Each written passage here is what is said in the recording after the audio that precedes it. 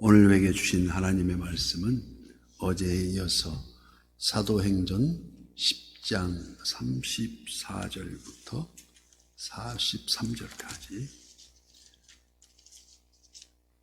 사도행전 10장 34절부터 43절까지 교독하고 마지막 절 합독합니다.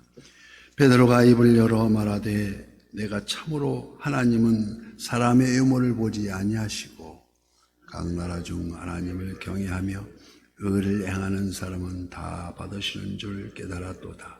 만유의 주 되신 예수 그리스도로 말미암아 화평의 복음을 전하사 이스라엘 자손들에게 보내신 말씀 곧 요한이 그 세례를 반포한 후에 갈릴리에서 시작하여 온 유대에 두루 전파된 그것을 너희도 알거니와 하나님이 나사렛 예수에게 성령과 능력을 기름 붓듯 하셨을매 그가 두루 다니시며 선한 일을 행하시고 마귀에게 눌린 모든 사람을 고치셨으니 이는 하나님이 함께 하셨음이냐.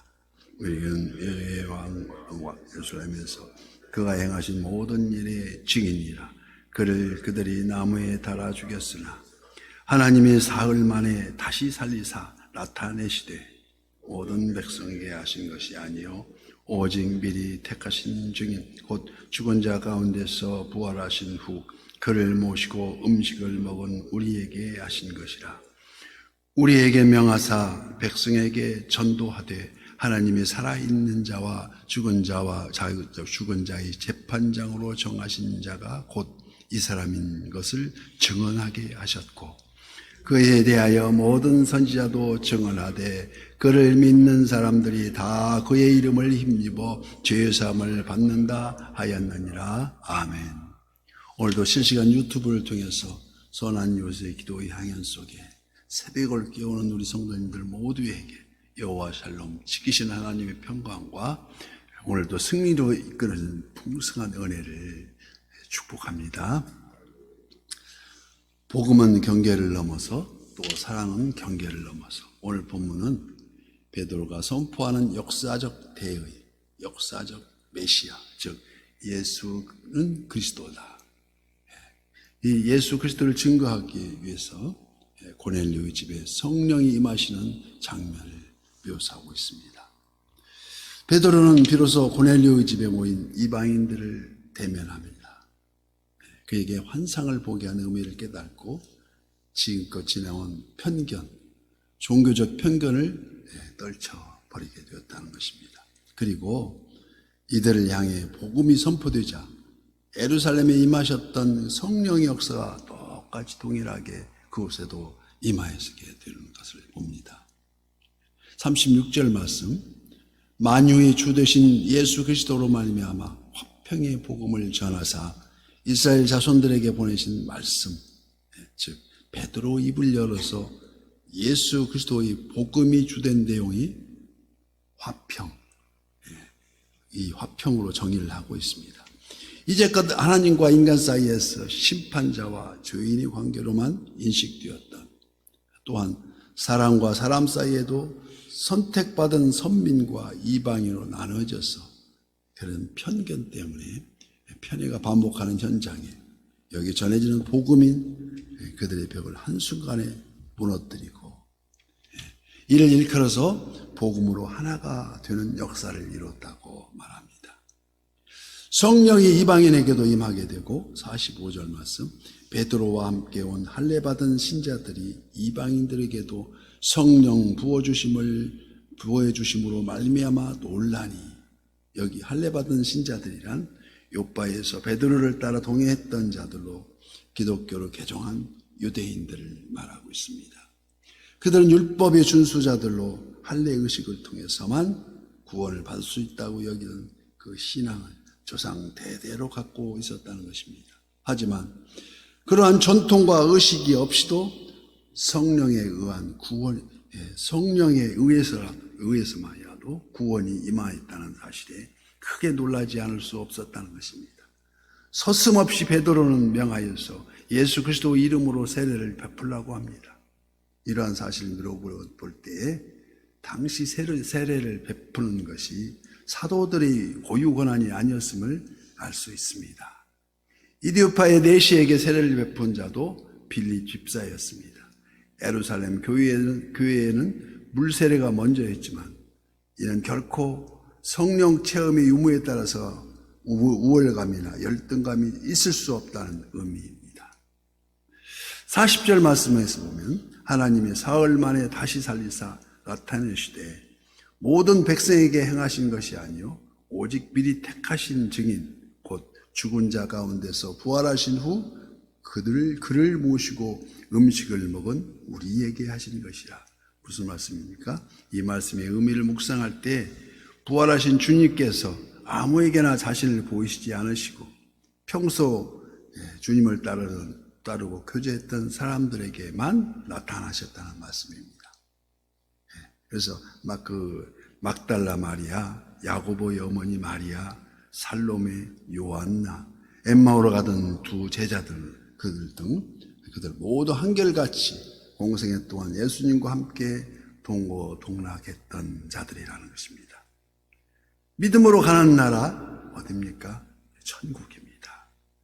하지만 주님에 대한 확신은 더 나아가 이 땅에서도 함께 하시는 동행이 이루어지고 주님의 임재하심, 주님과의 동행이 이루어지고 그래서 삶이 예배가 되는 친밀한 관계, 그래서 주님의 은혜를 인식하는 현실 종교라는 것입니다.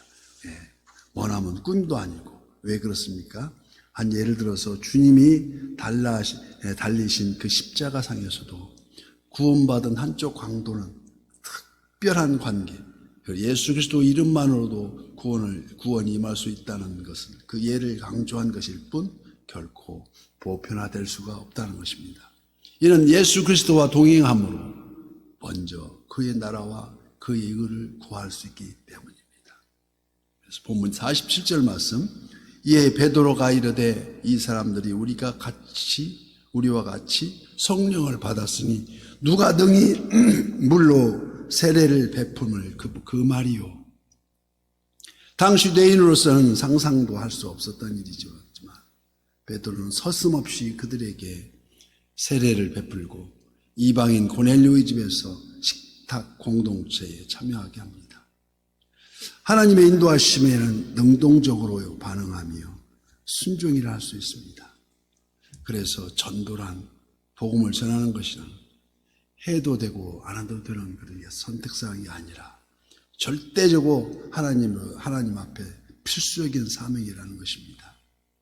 그 이름을 믿는 자에게 곧 영접하는 자, 곧 이름을 믿는 자들에게는 하나님의 자녀가 되는 권세를 주셨으니 그 권능으로 그 죄사함을 주셔서 진정 이 세상에서 설명의 대상이 아닌 증거의 대상으로 화평을 누리게 하신다는 것입니다. 즉 예수님을 믿음으로 즉 예수님 믿음도 성령의 임하심도 온전히 하나님의 선물이라는 것입니다. 선물은 서로가 함께 나눌 때 그 기쁨을 배가 될 수 있습니다. 이를 로마서 1장 17절 말씀에는 복음에는 하나님의 의가 나타나서 믿음으로 믿음에 이르게 하라니 기록됩니다. 오직 의인은 믿음으로 말미암아 삶과 같다는 것입니다. 믿음의 삶은 복된 소식, 그 복음을 통해서 더욱 온전한 믿음으로 나아가게 한다는 의미입니다. 그래서 로마서 10장 17절 말씀에도 그러므로 믿음은 들음에서 나며 들음은 그리스도의 말씀으로 말미암느니라고 말씀합니다. 우리가 매일매일 이처럼 새벽 미명의 시간에 말씀을 듣고 묵상 기도함으로 이는 마치 어머니의 기도와 같이 그 어머니의 기도는 자식의 어긋남을 바로 하는 나침판과 같다고도 말합니다.